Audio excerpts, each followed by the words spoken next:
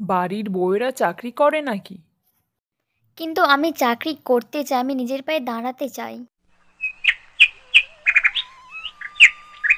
আমালপুর গ্রামে গোপাল ও তার স্ত্রী বাস করত। গোপাল ছিল একজন কৃষক। সে সারাদিন তার জমিতে কাজ করত এবং তা দিয়ে তাদের সংসার চলত। গোপালের একটি সুন্দর মেয়ে ছিল, তার নাম ছিল কণিকা। কণিকা পড়াশোনায় খুব মেধাবী। ছোট থেকেই কণিকা খুব মেধাবী। তার ইচ্ছে ছিল বড় কিছু করার, জীবনে নিজে প্রতিষ্ঠিত হওয়ার ও একটি চাকরি করে তার মা বাবার পাশে দাঁড়ানোর। এটাই তার ছোটবেলাকার ইচ্ছা। জানো কণিকার মা, আমার খুব ইচ্ছে আমার মেয়ে অনেক দূর পর্যন্ত ও মানুষের মতো মানুষ হোক, যাতে আমরা মারা যাওয়ার পরে ওর ভবিষ্যৎ নিয়ে আর কোনো চিন্তা না থাকে। তাই ওর জন্য আমি দিনরাত পরিশ্রম করব। হ্যাঁ গো, তুমি ঠিকই বলেছ। আমিও চাই আমাদের মেয়েটা কিছু একটা করুক, ও নিজের পায়ে দাঁড়াক, ও স্বনির্ভর হোক, ও যতদূর চায় ততদূর যেন পড়াশুনো করতে পারে। কণিকা এখন স্কুলে পড়ে। তো ক্লাসের সকল ছাত্রছাত্রী, আজকে তোমাদের রেজাল্ট দেওয়া হবে।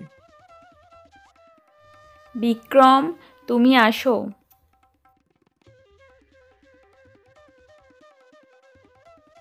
এই নাও তোমার মার্কশিট, পরের বার আরও ভালো করার চেষ্টা করবে। এইবারে ক্লাসে যে ছাত্রীটি হাইয়েস্ট হয়েছে তার নাম হলো কণিকা। কণিকা, তুমি এসে নিজের মার্কশিট সংগ্রহ।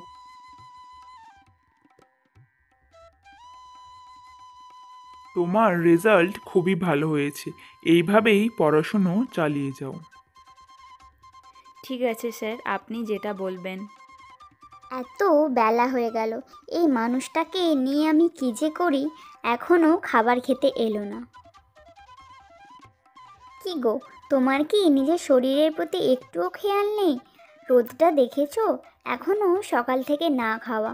তুমি কি কিছু খাবে না নাকি? তোমার জন্য আমি খাবার নিয়ে এসেছি। আহা গিন্নি, তুমি আবার এত কষ্ট করে কেন আসতে গেলে? আমার তো হয়ে এসেছিল, কিন্তু খাওয়া হয়নি তো কি হয়েছে, কিচ্ছু হবে না। তা বললে কি হয় নাকি? সকাল থেকে তোমার না খাওয়া, নিজের শরীরের দিকে একটু খেয়াল করেছো? এই রকম সারাদিন না খেয়ে থাকলে তো তোমার শরীর খারাপ হবে। তুমি তাড়াতাড়ি হাত মুখটা ধুয়ে এসো তো। আমি তোমার জন্য তোমার পছন্দের সব খাবার করে এনেছি। আমি তোমার খাবারগুলি এক্ষুনি বেড়ে দিচ্ছি, তুমি এক্ষুনি খেয়ে নাও।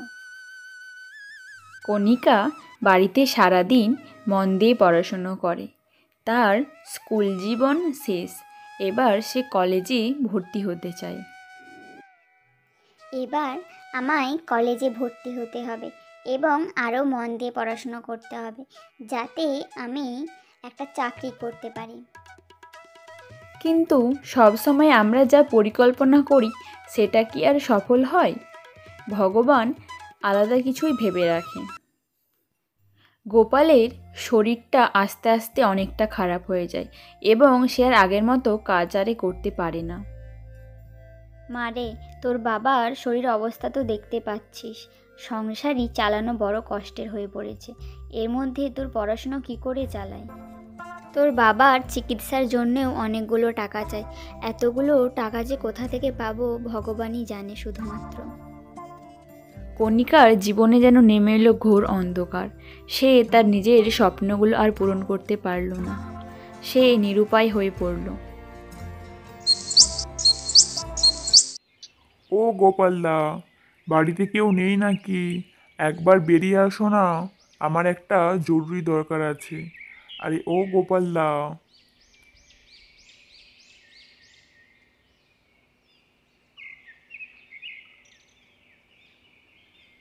আরে পলাশ ভাই, আপনি আপনি কখন এলেন? আর আপনি কেমন আছেন? চলুন, বাড়ির ভেতরে চলুন। আর বাড়ির বাইরে দাঁড়িয়ে থাকবেন না, দয়া করে আমাদের বাড়ির ভেতরে আসুন।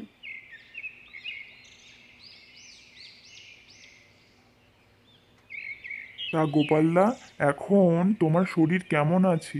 আগের থেকে ভালো তো?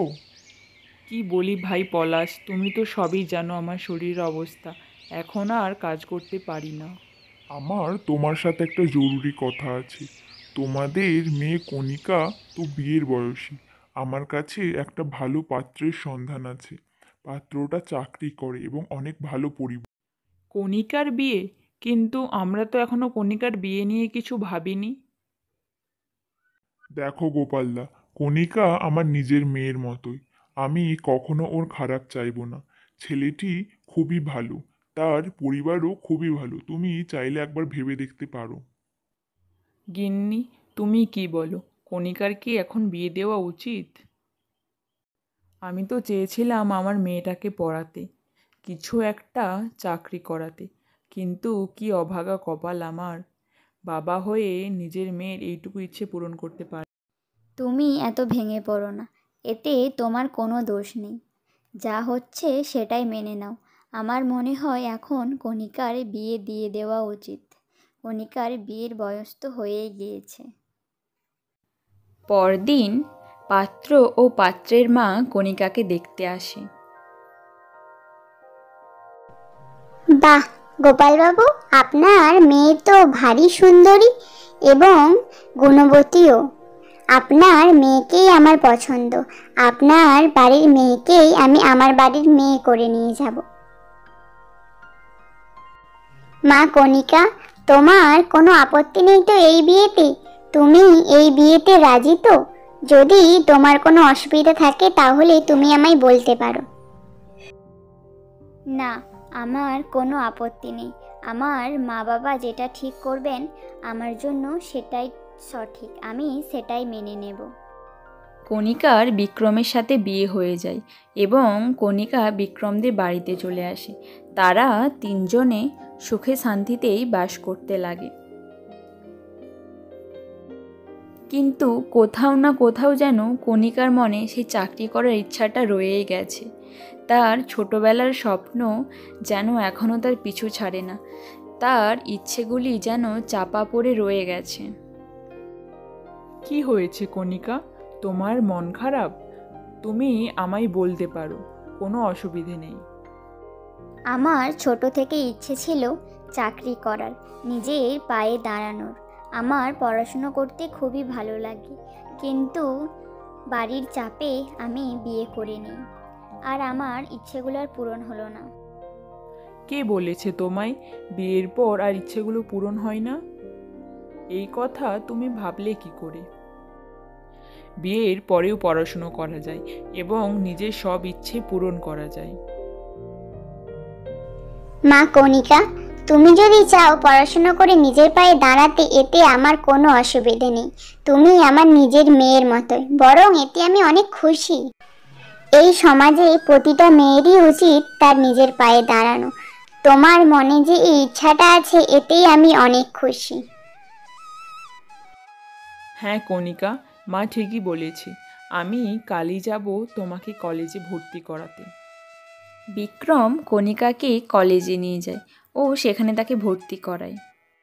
কণিকা, আজ থেকে তোমার জীবনের এক নতুন অধ্যায় শুরু। তুমি মন দিয়ে লেখাপড়া করবে এবং কোনো চিন্তা করবে না। আমি সত্যি কখনো ভাবিনি তুমি আমার স্বপ্নগুলোর এভাবে দাম দেবে। আমি সত্যিই খুবই ভাগ্যবতী যে আমি তোমাকে আমার স্বামী হিসেবে পেয়েছি। আমি তোমায় কথা দিচ্ছি, আমি মন দিয়ে পড়াশুনো করব।